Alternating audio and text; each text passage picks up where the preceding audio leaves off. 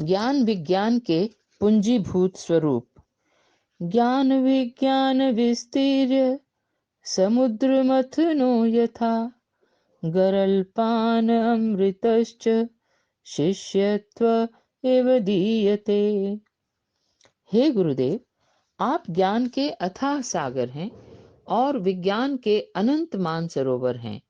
आपके अंदर जितना ज्ञान और विज्ञान समाहित है, उसका कोई और छोर नहीं है। जब समुद्र मंथन हुआ तो उसके बाद 14 रत्न निकले। उसमें विष भी था और अमृत भी था। आपने शिव स्वरूप बनकर उस जहर को अपने कंठ में उतार लिया और पृथ्वी पर जितने भी शिष्य हैं उन सबको अमृत बांटते रहे। यह आपकी महान कृपा है, यह आपकी श्रेष्ठता है, यह आपकी दिव्यता है। इतना परोपकारी, इतना उदार, इतना करुणा वत्सल अभी तक इस पृथ्वी पर दूसरा कोई उत्पन्न ही नहीं हुआ।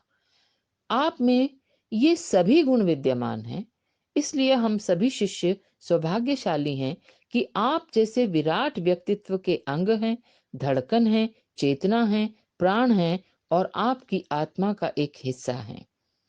आपने इतना बड़ा सौभाग्य मुझे प्रदान किया है कि मैं आपकी छत्र छाया में दुख और अवसाद को भूलकर अत्यंत प्रसन्नता के साथ जीवन व्यतीत कर रहा हूँ।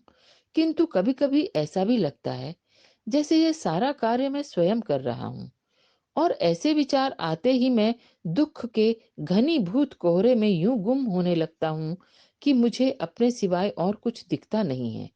और जब कभी यह कुहास आपकी तेजस रश्मियों से विच्छिन्न होता है तो बहुत आत्मग्लानि होती है।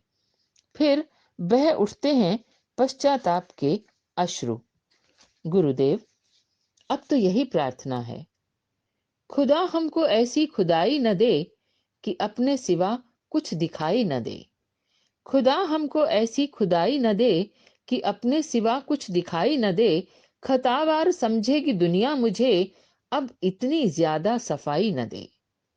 हंसूं आज इतना कि इस शोर में, हंसूं आज इतना कि इस शोर में सदा सिसकियों की सुनाई न दे। गुलामी को बरकत समझने लगे, अशीरों को ऐसी रिहाई न दे। खुदा ऐसे एहसास का नाम है सामने खड़ा और दिखाई न दे। खुदा ऐसे एहसास का नाम है सामने खड़ा और दिखाई न दे। मैं आपका दास, गुलाम हूं और मैं जीवन भर आपकी गिरफ्त में ही रहना चाहता हूं। आप चाहे सामने हो या ना हो, मगर आंखों के आपके सिवा और कुछ भी दिखाई न दे, क्योंकि मैं आपके सिवा अब इस जमीन पर और कुछ भी देखना नहीं चाहता।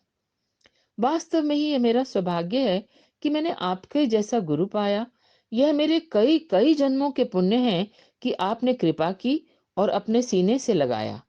आपने दीक्षा दी, मुझे पूर्णता के पथ पर अग्रसर किया और जीवन एक ही क्षण में इतना ऊंचा उठा दिया कि मैं अपने आप पर गर्व करने लगा, अपने आप पर गर्व करने लगा।